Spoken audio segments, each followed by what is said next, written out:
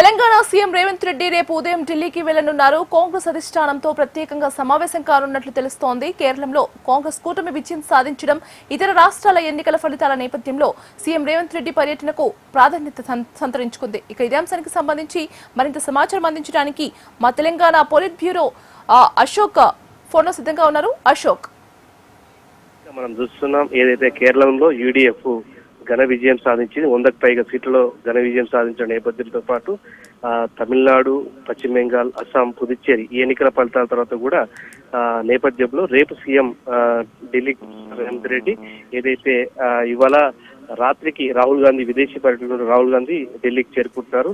So రేపు ఆయన AICC అగ్రనేతలు కలవబోతున్నారు.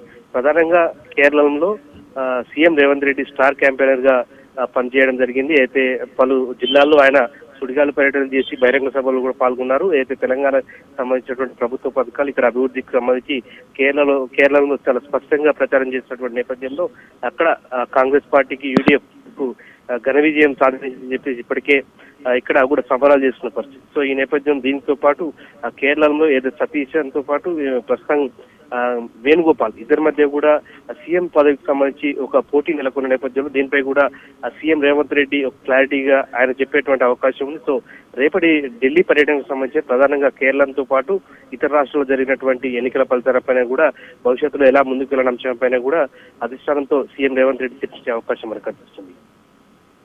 Right, Ashok. Thank you for the updates.